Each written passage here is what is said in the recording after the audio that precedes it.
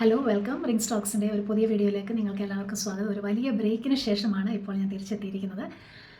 പല കാരണങ്ങൾ കൊണ്ട് കുറേ നാളത്തേക്ക് വീഡിയോ ഒന്നും ഇടാൻ ഒത്തില്ല. എങ്കിലും ഇപ്പോൾ തൊട്ട് പുതിയ വർഷം 2025 നമ്മൾ പുതിയതായിട്ട് വീഡിയോ ഒക്കെ സ്റ്റാർട്ട് ചെയ്ത് ഇനി റെഗുലറായിട്ട് വീഡിയോ ഇടണമെന്ന് തന്നെയാണ് ആഗ്രഹം. അതിന് ദൈവം സഹായിക്കട്ടെ. അപ്പോൾ എല്ലാവർക്കും ഒരിക്കൽ കൂടി റിംഗ് സ്റ്റോക്സിലേക്ക് സ്വാഗതം. 2025 ബിഗിനിങ്ങിലേക്ക് നമ്മൾ വന്നിരിക്കുകയാണ്. അപ്പോൾ എല്ലാവർക്കും ഹാപ്പി ന്യൂ ഇയർ. ഏതൊരു ഫെസ്റ്റിവൽ വന്നാലും ബർത്ത്ഡേ വന്നാലും ന്യൂ ഇയർ ആയാലും നമ്മളെല്ലാവരും എപ്പോഴും ഹാപ്പി വെച്ചാണ് എല്ലാവരും വിഷ് ചെയ്യുന്നത്. Happy Christmas, happy new year, happy birthday അല്ലേ?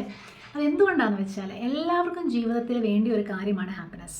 എല്ലാവരും ആഗ്രഹിക്കുന്നത് സന്തോഷത്തോടും സമാധാനത്തോടും കൂടി ജീവിക്കാനാണ്. പക്ഷേ കൂടുതൽ ആൾക്കാരോടും ചോദിച്ചു കഴിഞ്ഞാൽ അവർ പറയുന്നത് ലൈഫിനൊരു സന്തോഷമില്ല, ഒരു സമാധാനമില്ല എന്നാണ്. ഞാനും എൻ്റെ ജീവിതത്തിൽ ഒരുപാട് വിഷമഘട്ടങ്ങളിലൂടെ കടന്നു പോയിട്ടുണ്ട്. ഭയങ്കര നെഗറ്റിവിറ്റിയിലൂടെ കടന്നുപോയ സന്ദർഭങ്ങളുണ്ട്.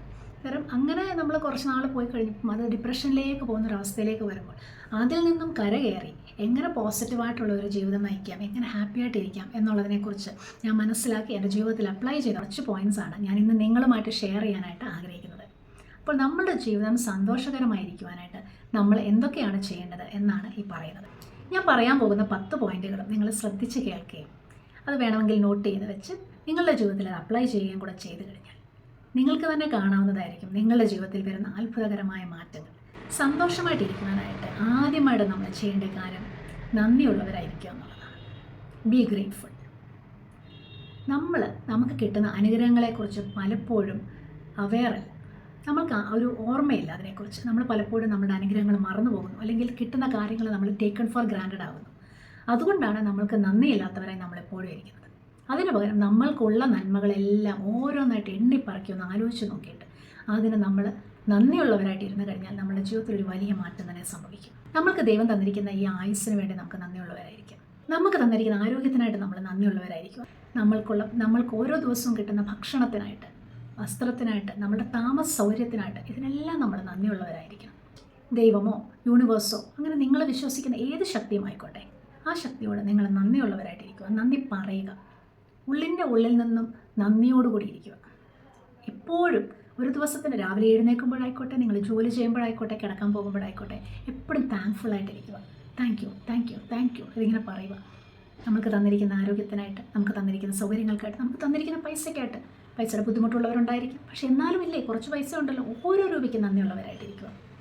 നമ്മൾക്ക് തന്നിരിക്കുന്ന ബന്ധുമിത്രാദികൾക്കായിട്ട്, നമ്മുടെ കുഞ്ഞുങ്ങൾക്കായിട്ട്, ആരോഗ്യമുള്ള കുഞ്ഞുങ്ങളെ തന്നതിനായിട്ട്. ആരോഗ്യമില്ലാത്ത കുഞ്ഞുങ്ങളുള്ള മാതാപിതാക്കളോട് ചോദിക്കണം അവർ എത്രമാത്രം വിഷമത്തിലൂടെ കടന്നു പോകുന്നു. അപ്പോൾ നമ്മുടെ കുഞ്ഞുങ്ങൾക്ക് ആരോഗ്യമുണ്ടോ? അതിൽ പരം വലിയൊരു അനുഗ്രഹമില്ല. അങ്ങനെ ഓരോ കാര്യത്തിനായിട്ട് നമ്മളെ എണ്ണിപ്പറക്കി നമ്മളുടെ അനുഗ്രഹങ്ങളെ ഓർത്ത് നമ്മൾ നന്ദി പറയുക. അപ്പോഴാണ് നമ്മൾക്ക് എന്തുമാത്രം സൗഭാഗ്യങ്ങൾ, എന്തുമാത്രം അനുഗ്രഹങ്ങൾ ദൈവം തന്നിരിക്കുന്നത് നമ്മൾ മനസ്സിലാക്കുന്നത്. ഇനി രണ്ടാമത്തെ പോയിന്റ്, എല്ലാ സാഹചര്യങ്ങളിലും പോസിറ്റിവിറ്റി കാണുവാൻ ശ്രമിക്കുക. ചില ആൾക്കാരുണ്ട്, ഏതൊരു സാഹചര്യമായാലും ഏതൊരു വ്യക്തിയിലായാലും അവർ 100 ഗുണങ്ങളുണ്ടെങ്കിൽ പോലും അതൊന്നും കാണാതെ ഒരു മൈന്യൂട്ട് നെഗറ്റിവിറ്റി ഉണ്ടെങ്കിൽ അത് മാത്രം തേടി കണ്ടുപിടിച്ച് അതിലേക്ക് ഫോക്കസ് കൊണ്ടുപോകുന്ന ആൾക്കാരാണ്. ആ നെഗറ്റിവിറ്റിയിൽ തന്നെ ഫോക്കസ് ചെയ്തുകൊണ്ട് അവർ ജീവിക്കും.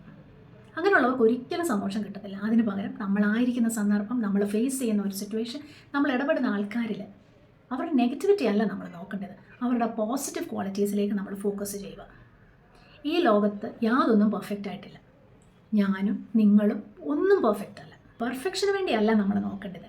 പക്ഷേ എന്തിലും ഏതിലും നമ്മളൊരു നന്മയെ കാണാനായിട്ട് ശ്രമിക്കുക. ഒരാളോട് ഇടപെട്ടാലും ഒരു സാഹചര്യത്തിലായിരുന്നാലും നമ്മൾ അതിനകത്തെ പോസിറ്റീവായിട്ടുള്ള കാര്യങ്ങൾ നോക്കുക, നെഗറ്റീവായിട്ടുള്ളതിനെ വിട്ട് കളയുക. നമ്മളിലും ഇല്ലേ ഒരുപാട് നെഗറ്റീവ്സ്, അതിലേക്ക് മറ്റുള്ളവർ ഫോക്കസ് ചെയ്യാൻ പോയി കഴിഞ്ഞാൽ അന്നേരം നെഗറ്റിവിറ്റിയിലേക്ക് ഫോക്കസ് കൊണ്ടുപോകാതെ പോസിറ്റിവിറ്റിയിലേക്ക് ഫോക്കസ് കൊണ്ടുവരാനായിട്ട് നമ്മൾ ശ്രമിക്കുക. മൂന്നാമത്തെ പോയിന്റ്, മറ്റുള്ളവരെ കുറ്റപ്പെടുത്തുന്ന സ്വഭാവം നിങ്ങൾ നിർത്തുക.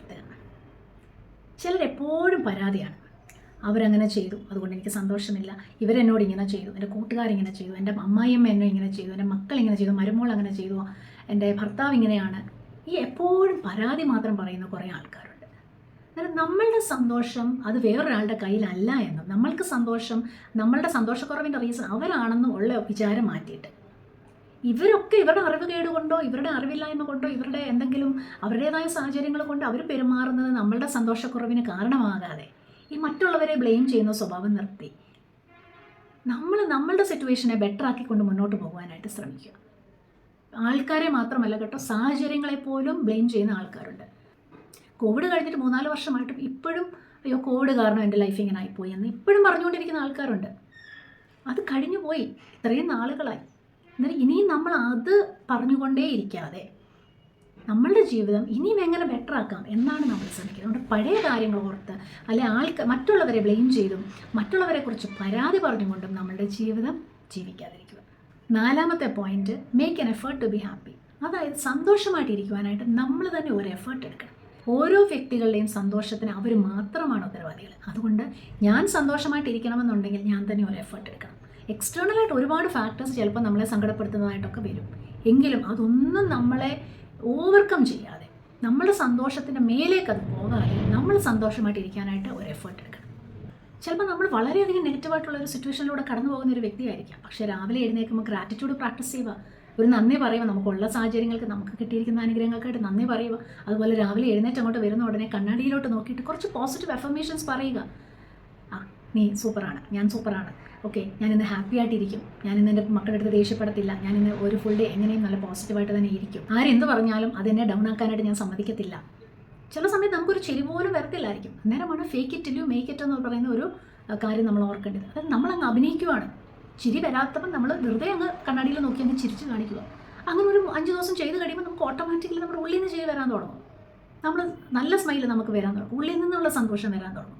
ഇത് നിങ്ങളൊന്ന് പ്രാക്ടീസ് ചെയ്ത് ഡെയിലി നിങ്ങൾ ഒരു വളരെയധികം നെഗറ്റീവായിട്ടുള്ള സിറ്റുവേഷനിലൂടെ കടന്നു പോകുന്ന ഒരാളായിക്കോട്ടെ, നിങ്ങളത് രാവിലെ എഴുന്നേറ്റ് കണ്ണാടിയുടെ മുന്നിൽ നല്ല കുറച്ച് അഫർമേഷൻസ് പറഞ്ഞ് നിങ്ങളെ തന്നെ അപ്ലിഫ്റ്റ് ചെയ്യുന്ന കുറച്ച് കമൻസ് ഒക്കെ പറഞ്ഞ് ഒന്ന് സ്മൈൽ ചെയ്ത് നിങ്ങൾ പുറത്തോട്ട് ഇറങ്ങി ആൾക്കാരുമായിട്ട് ഇൻട്രാക്ട് ചെയ്ത് ഒരുപാട് വലിയൊരു ഡിഫറൻസ് ആയിരിക്കും അവിടെ കാണുന്നത്.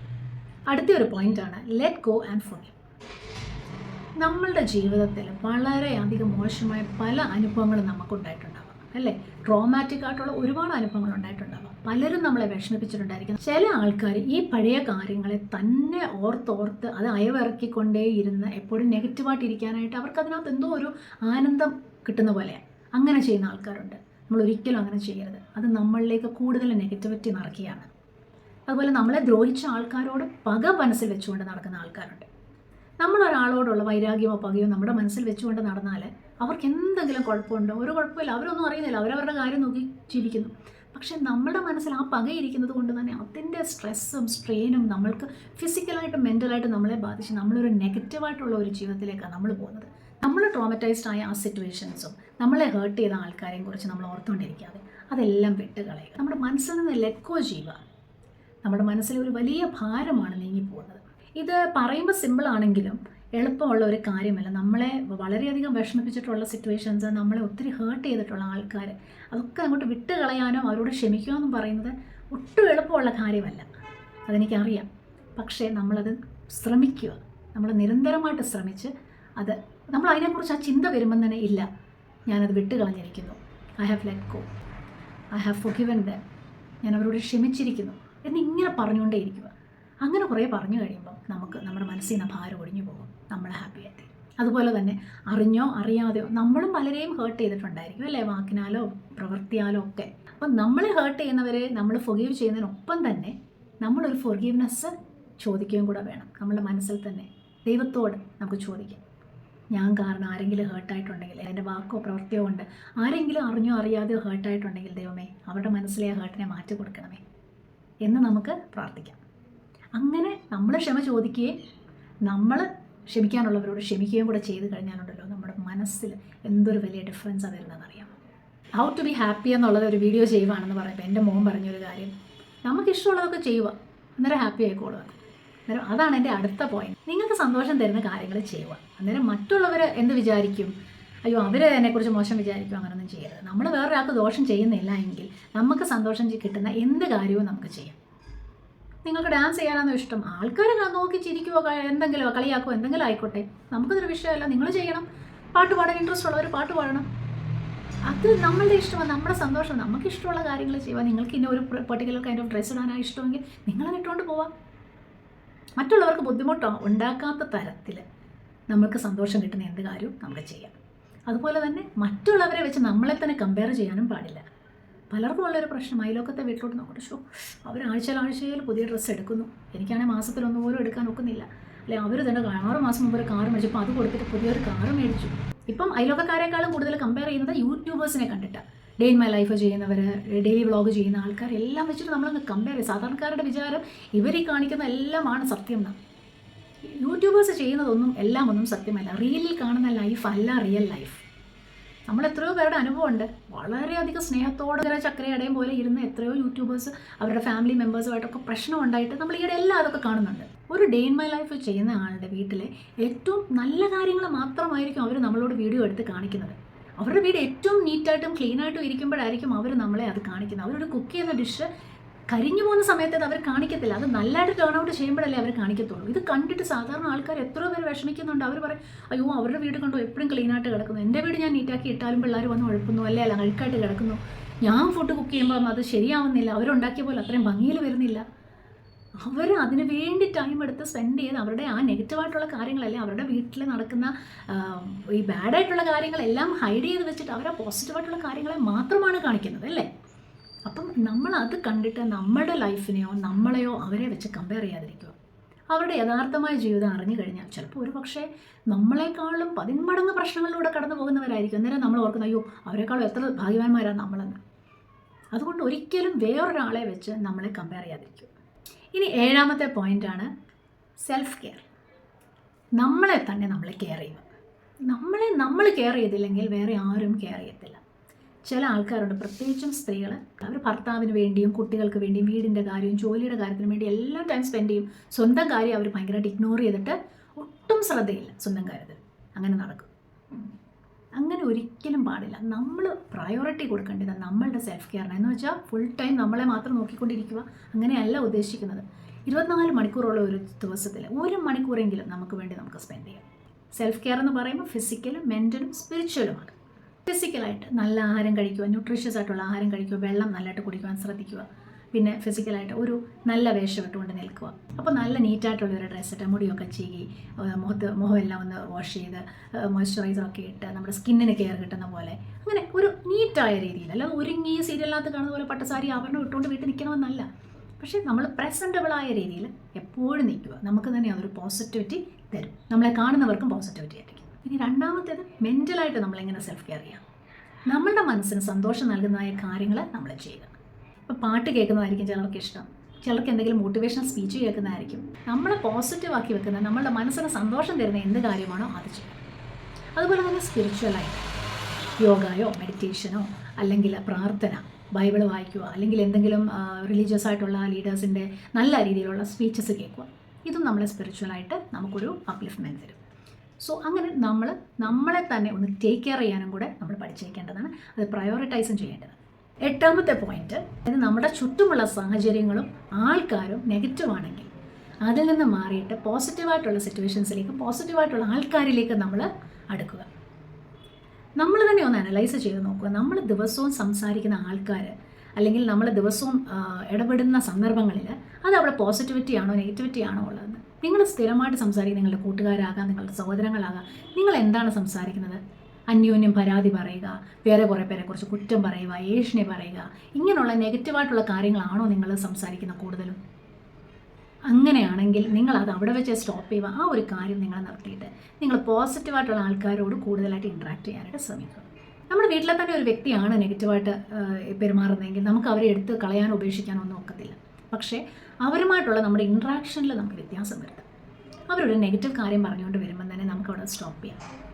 നമുക്ക് ഈ നെഗറ്റീവായിട്ടുള്ളത് പറയണ്ട, ഇതൊക്കെ പറഞ്ഞാൽ നമ്മൾ തന്നെ നെഗറ്റീവ് ആവും എന്നും പറഞ്ഞ് അതിവിടെ വെച്ച് ആ വർത്താനം നമുക്ക് നിർത്താം. അതങ്ങനെ അതൊരു ശീലമായി കഴിയുമ്പോൾ പതുക്കെ ആ വ്യക്തിയും പോസിറ്റീവ് കാര്യങ്ങളിലേക്ക് തിരിയും. അതുകൊണ്ട് തന്നെ നമ്മളെ പോസിറ്റിവിറ്റി കൊണ്ട് പൊതിയാനായിട്ട് ശ്രമിക്കുക. സോഷ്യൽ മീഡിയയിലാണെങ്കിലും നിങ്ങൾ കാണുന്ന സീരിയലിലാണെങ്കിലും എല്ലാം നെഗറ്റിവിറ്റി ആയിരിക്കും കൂടുതലും വരുന്നത്. പക്ഷേ നമ്മൾ പോസിറ്റീവായിട്ടുള്ള കാര്യങ്ങൾ തേടിപ്പോവുക. നമ്മൾ സെർച്ച് ചെയ്ത് നല്ല പോസിറ്റീവായിട്ടുള്ള കാര്യങ്ങൾ, മോട്ടിവേഷനായിട്ടുള്ള സ്പീച്ച്, പോസിറ്റീവായിട്ടുള്ള കാര്യങ്ങൾ, പോസിറ്റീവ് വീഡിയോസൊക്കെ കാണാൻ ശ്രമിക്കുമ്പോൾ പിന്നെ നമുക്ക് യൂട്യൂബ് റെക്കമെൻഡ് ചെയ്യുന്നതും അതുപോലത്തെ പോസിറ്റീവായിട്ടുള്ള വീഡിയോസ് ആയിരിക്കും നമുക്ക് പിന്നെ കിട്ടുന്നത്. നമ്മൾ പോസിറ്റീവായിട്ടുള്ള കാര്യങ്ങളിലേക്ക് നമ്മുടെ കോൺസെൻട്രേഷൻ കൊണ്ട് ഫോക്കസ് ചെയ്യുക. പോസിറ്റീവായിട്ടുള്ള ആൾക്കാരിലാൽ നമ്മൾ ചുറ്റപ്പെടുക. അങ്ങനെ നമ്മളുടെ ജീവിതത്തിനെ പോസിറ്റീവാക്കി നമ്മൾ സന്തോഷമായിട്ടിരിക്കാനായിട്ട് ശ്രമിക്കും. 9ാമത്തെ പോയിന്റ്, മാറ്റങ്ങൾക്കനുസരിച്ച് അല്ലെങ്കിൽ സാഹചര്യങ്ങളിൽ വരുന്ന മാറ്റങ്ങളനുസരിച്ച് നമ്മൾ മാറാൻ തയ്യാറാവുക. ഫ്ലെക്സിബിളായിട്ടിരിക്കുക. ഓരോ പുതിയ ചേഞ്ചസിനനുസരിച്ച് നമ്മളെ തന്നെ അഡാപ്റ്റ് ചെയ്യുക. ജീവിതം എന്ന് പറഞ്ഞാൽ തന്നെ നിരന്തരമായ മാറ്റങ്ങൾ സംഭവിച്ചുകൊണ്ടിരിക്കുന്ന ഒരു കാര്യം. ഈ ഭൂമിയിൽ തന്നെ മാറ്റങ്ങൾ, ക്ലൈമാറ്റിക് ആയിട്ടുള്ള ചേഞ്ചസ് ഒക്കെ വന്നപ്പം അതിനോട് പൊരുത്തപ്പെടാൻ കഴിയാതിരുന്ന ജീവികളൊക്കെയാണ് ഈ ഭൂമിയിൽ നിന്ന് തന്നെ അപ്രത്യക്ഷമായി പോയത് അല്ലേ? അപ്പോൾ നമ്മളുടെ ജീവിതം നല്ല രീതിയിൽ മുന്നോട്ട് പോകണമെന്നുണ്ടെങ്കിൽ വരുന്ന മാറ്റത്തിനനുസരിച്ച് നമ്മളും മാറാനായിട്ട് റെഡിയാവണം. അന്നേരം ഏറ്റവും ഡിഫിക്കൽട്ടായിട്ടുള്ള ഒരു സിറ്റുവേഷൻ നമ്മൾ വിചാരിക്കുന്നിടത്ത് പോലും നമ്മളൊന്ന് ഫ്ലെക്സിബിളായി, നമ്മളൊന്ന് ചേഞ്ച് ചെയ്യാനായിട്ട് റെഡി ആയി കഴിഞ്ഞാൽ ചിലപ്പോൾ ആ സിറ്റുവേഷൻ ആയിരിക്കും നമുക്ക് ഏറ്റവും അനുഗ്രഹമായിട്ട് വരുന്നത്. അതിന് ഒരു നിസ്സാരമായിട്ടൊരു എക്സാമ്പിളാണ് കോവിഡും ലോക്ക്ഡൗണും വന്ന് ഒരുപാട് പ്രശ്നത്തിലായ അനേകം ആൾക്കാരുണ്ട് അല്ലേ? ജോലി പോയി, ബിസിനസ് തകർന്നു പോയി, അങ്ങനെയുള്ള ആൾക്കാരുണ്ട്. പക്ഷേ ഈ കോവിഡും ലോക്ക്ഡൗണും കാരണം ഒന്നുമില്ലായ്മയിൽ നിന്നും വളരെയധികം മുന്നേറി ഒരുപാട് പൈസ ഉണ്ടാക്കി ലക്ഷപ്രഭുക്കളായ ആൾക്കാരും നമ്മുടെ ചുറ്റുമുണ്ട്. പ്രത്യേകിച്ച് യൂട്യൂബ് ഇൻഫ്ലുവൻസേഴ്സ് അല്ലേ? യൂട്യൂബിലുള്ള ആൾക്കാർ, അതുപോലെ തന്നെ ഒരുപാട് പേര് ആ സാഹചര്യത്തിൽ ഈ ലോക്ക്ഡൗൺ എല്ലാം വന്നപ്പോഴത്തേന് ഷെയറിൽ ട്രേഡ് ചെയ്യാൻ പഠിച്ചിട്ട് അതിലൂടെ ഒരുപാട് പൈസ ഉണ്ടാക്കിയ ആൾക്കാരുണ്ട്. യൂട്യൂബിലൂടെ പൈസ ഉണ്ടാക്കിയ ആൾക്കാരുണ്ട്. ഓൺലൈൻ ബിസിനസ് ചെയ്ത് പൈസ ഉണ്ടാക്കിയവരുണ്ട്. ഓൺലൈൻ ടീച്ചിങ്, ഓൺലൈൻ ക്ലാസ്സസിലൂടെയൊക്കെ ഒരുപാട് ഉയർച്ച നേടിയവരുണ്ട്. അങ്ങനെ ഒരു നെഗറ്റീവ് സിറ്റുവേഷനെ പോലും പോസിറ്റീവായിട്ടുള്ള ഒരു സാഹചര്യത്തിലേക്ക് തിരിക്കാനായിട്ട് അവർക്കൊക്കെ സാധിച്ചു അല്ലേ? ഇപ്പം നമ്മുടെ ലോകം തന്നെ വളരെ ഫാസ്റ്റായിട്ട് മുന്നോട്ട് പോയിക്കൊണ്ടിരിക്കുന്ന ഒരു കാലത്ത് ഞാൻ മാറത്തില്ല, ഞാൻ 30 കൊല്ലം മുമ്പ് എങ്ങനെയാണോ ജീവിച്ചത് ഞാൻ അങ്ങനെ ജീവിക്കത്തുള്ളൂ, എൻ്റെ ട്രഡീഷണൽ വാല്യൂസ് ഇതൊക്കെയാണ്, എൻ്റെ മുത്തശ്ശി പറഞ്ഞു തന്ന രീതിയിലേ ഞാൻ ജീവിക്കത്തുള്ളൂ, ഇതൊക്കെ മാത്രം പറഞ്ഞ് അങ്ങനെ ബലം പിടിച്ചുകൊണ്ടിരിക്കുന്നവർ എന്ത് സംഭവിക്കും? അവർ അങ്ങ് പിന്തള്ളപ്പെട്ടു പോകും. അതുകൊണ്ട് നമ്മളെപ്പോഴും ചേഞ്ചസിന് അഡാപ്റ്റ് ചെയ്യാനായിട്ട് റെഡി ആയിരിക്കണം. അപ്പോൾ മാത്രമേ നമുക്കൊരു ഗ്രോത്തും വരത്തുള്ളൂ, നമ്മൾ ഹാപ്പി ആയിട്ട് ഇരിക്കത്തുള്ളൂ. അപ്പോൾ ലാസ്റ്റ് പോയിന്റിലേക്ക് നമ്മൾ വന്നിരിക്കുകയാണ്. ഒരു പ്രോഗ്രസീവ് മൈൻഡ് സെറ്റ് നിങ്ങൾക്കുണ്ടായിരിക്കണം. ഒരു ഗ്രോത്ത് മൈൻഡ് സെറ്റ്, ഒരു വളർച്ചയുടെ ഒരു മനോഭാവം എപ്പോഴും ഉണ്ടായിരിക്കണം. എന്താണ് ഈ വളർച്ചയുടെ മനോഭാവം? നമ്മുടെ ലൈഫ് ഇങ്ങനെയൊക്കെ പോകുന്ന ഇങ്ങനെയൊക്കെ മതി എന്ന് വിചാരിക്കാതെ നമ്മളും ദിവസം പ്രതി നമ്മൾ എന്തെങ്കിലും ഒരു ഗ്രോത്ത് നമ്മൾക്കുണ്ടാകണം, എന്തെങ്കിലും ഒരു വാല്യൂ അഡീഷൻ നമ്മുടെ ലൈഫിലേക്ക് വരണം. അപ്പോൾ ഇന്നത്തെ കാലം എന്ന് പറഞ്ഞാൽ വളരെയധികം ഫാസ്റ്റായിട്ട് പ്രോഗ്രസ് ചെയ്തുകൊണ്ടേയിരിക്കുന്ന ഒരു കാലഘട്ടമാണ് അല്ലേ? ഡെവലപ്മെൻറ്റ്സ് സാങ്കേതികമായിട്ടും അല്ലാതെയും ഒക്കെ പല രീതിയിലുള്ള ഡെവലപ്മെൻറ്റ്സ് വന്നുകൊണ്ടേയിരിക്കുക. അന്നേരം അതിനനുസരിച്ച് നമ്മളും ഒന്ന് പ്രോഗ്രസീവ് ആവണം, നമ്മളും ഒന്ന് ഇമ്പ്രൂവ് ചെയ്യാനായിട്ട് ശ്രമിക്കുക. എന്തെങ്കിലും ഒരു കാര്യം ഡെയിലി നമുക്ക് പഠിക്കാനായിട്ട് നമ്മൾ ശ്രമിക്കുക. അത് നമ്മളുടെ ഒരു ഫ്യൂച്ചർ ഗോളിനെ സഹായിക്കുന്ന ഒരു കാര്യമാകാം, അല്ലെങ്കിൽ നമ്മൾക്ക് ഇഷ്ടമുള്ളൊരു കാര്യമായിരിക്കാം. പണ്ട് സാധിക്കാതെ പോയ, ഇപ്പോൾ ഡാൻസ് ഇഷ്ടമുള്ള ഒരാൾ പണ്ട് ഡാൻസ് പഠിക്കാൻ സാഹചര്യമില്ല, ഇപ്പോൾ യൂട്യൂബിലൊക്കെ നോക്കിക്കഴിഞ്ഞാൽ അവർക്ക് ഡാൻസ് പഠിക്കാൻ. അപ്പോൾ ഒരു ദിവസത്തെ അരമണിക്കൂർ സ്പെൻഡ് ചെയ്തിട്ട് ആ അരമണിക്കൂർ അവരുടെ ഒരു ജീവിതത്തിൻ്റെ ഒരു സ്കില്ല്, അവർക്കൊരു ടാലൻറ്റ് വർദ്ധിപ്പിക്കാനായിട്ട് സ്പെൻഡ് ചെയ്യുക. തീർച്ചയായിട്ടും അത് നിങ്ങളുടെ ജീവിതത്തിന് സന്തോഷം വർദ്ധിപ്പിക്കും. ചിലപ്പോൾ നിങ്ങളൊരു വീട്ടമ്മയായിരിക്കും, അന്നേരം വേറെ അങ്ങനത്തെ പ്രത്യേക സ്കിൽസിലോ അല്ല ടാലൻറ്റിലോ ഒന്നും താല്പര്യമില്ലായിരിക്കും. പക്ഷേ ഒരു വീട്ടമ്മയാണെങ്കിൽ നിങ്ങൾക്ക് ഒരു കുക്കിംഗ് ഒരു വീഡിയോ കണ്ടിട്ട് ഒരു പുതിയ റെസിപ്പി പഠിക്കാം, അതൊന്ന് ട്രൈ ചെയ്ത് നോക്കാം അല്ലേ? എന്നിട്ട് അങ്ങനെ നിസ്സാരമായി എന്തെങ്കിലും ഒരു 10 മിനിറ്റ് സ്പെൻഡ് ചെയ്തിട്ടാണെങ്കിൽ ഒരു ചെറിയ കാര്യം, അല്ലെങ്കിൽ നമ്മുടെ കുഞ്ഞുങ്ങളുടെ കയ്യിൽ നിന്ന് നമുക്ക് എന്തെങ്കിലും പഠിക്കാം അല്ലേ? ഇപ്പം നമ്മളെക്കാളും വളരെയധികം സാങ്കേതിക വിദ്യയിലൊക്കെ അവർക്കാണ് നോളജ് ഉള്ളത് അല്ലേ? അവരുടെ കയ്യിൽ നിന്ന് നമുക്ക് ഒത്തിരി കാര്യങ്ങൾ പഠിക്കാനുണ്ട്. ഇപ്പോൾ ഫോണിൻ്റെ പോലും സെറ്റിങ്സോ കാര്യങ്ങളോ അല്ലെങ്കിൽ കമ്പ്യൂട്ടറിൻ്റെ ഒരു കാര്യം അല്ലെ, അങ്ങനെ എന്തെങ്കിലും ഒരു കാര്യം പഠിക്കാനായിട്ട് നമുക്ക് ഒരുപാട് ഓപ്പർച്യൂണിറ്റീസ് ഇന്ന് നമ്മളുടെ മുന്നിലുണ്ട്. പണ്ടത്തെ കാലം പോലെയല്ല, ഇപ്പം നമുക്ക് ഇഷ്ടമുള്ള ഏതൊരു കാര്യവും, നിങ്ങൾക്ക് ക്രാഫ്റ്റ് ആണോ പഠിക്കാൻ താല്പര്യം, നിങ്ങൾക്ക് തയ്യലാണോ, കുക്കിംഗ് ആണോ, ബേക്കിംഗ് ആണോ, അല്ലെങ്കിൽ വീട് വൃത്തിയാക്കി ഇടുന്നതിനകത്ത് പോലും എന്തെങ്കിലും പുതിയ ടിപ്സൊക്കെ ചിലപ്പോൾ നമുക്ക് പഠിക്കാനുണ്ടായിരിക്കും. എന്തെങ്കിലും ഒരു വാല്യൂ അഡീഷൻ ഡെയിലി നമ്മുടെ ലൈഫിലേക്ക് കൊണ്ടുവരുവാനായിട്ട് നമുക്ക് സാധിച്ചാൽ അത് നമ്മൾ ചെയ്ത്, അത് വെറുതെ അറിഞ്ഞിരുന്നിട്ട് കാര്യമില്ല, നമ്മളത് കേട്ടിട്ട് മറന്നു പോകുവാനല്ല, അത് കേട്ടിട്ട് അത് നമ്മുടെ ലൈഫിലേക്ക് ഒന്ന് അപ്ലൈ ചെയ്ത് കഴിയുമ്പം വരുന്ന വ്യത്യാസം കാണുമ്പം തന്നെ നമ്മൾക്കും ഒരു വളരെയധികം പോസിറ്റീവായിട്ടുള്ളൊരു ഇമ്പാക്റ്റും നമുക്ക് വളരെയധികം സന്തോഷം തോന്നുകയും ചെയ്യും. ഈ കാര്യങ്ങൾ നിങ്ങൾ കറക്റ്റായിട്ട് ഒന്ന് പ്രാക്ടീസ് ചെയ്ത് നോക്കി. ഒരു 30 ദിവസം നിങ്ങൾ ഈ കാര്യങ്ങളൊന്ന് പ്രാക്ടീസ് ചെയ്യുമ്പോൾ തന്നെ നിങ്ങളുടെ ലൈഫിൽ ഒരു വലിയ മിറക്ലസ് ആയിട്ടുള്ള ചേഞ്ച് വരുന്നത് നിങ്ങൾക്ക് മനസ്സിലാവും. ഇതെൻ്റെ അനുഭവം ഉള്ളത് കൊണ്ടാണ് ഞാൻ വെറുതെ അവിടെ ഇവിടെയും കണ്ടിട്ട് പറയുമല്ല, എൻ്റെ ലൈഫിൽ അനുഭവം ഉണ്ടായ കാര്യങ്ങളാണ് ഈ പറയുന്നത്. വീഡിയോ ഇഷ്ടമായെങ്കിൽ ലൈക്ക് ചെയ്യുക, സബ്സ്ക്രൈബ് ചെയ്തിട്ടില്ലാത്തവരാണെങ്കിൽ സബ്സ്ക്രൈബ് ചെയ്യുക, അതുപോലെ നിങ്ങളുടെ ഫ്രണ്ട്സിനും ഫാമിലീസിനും ഒക്കെ ഒന്ന് ഷെയർ ചെയ്ത് കൊടുക്കുക, സപ്പോർട്ട് ചെയ്യുക. Thank you very much.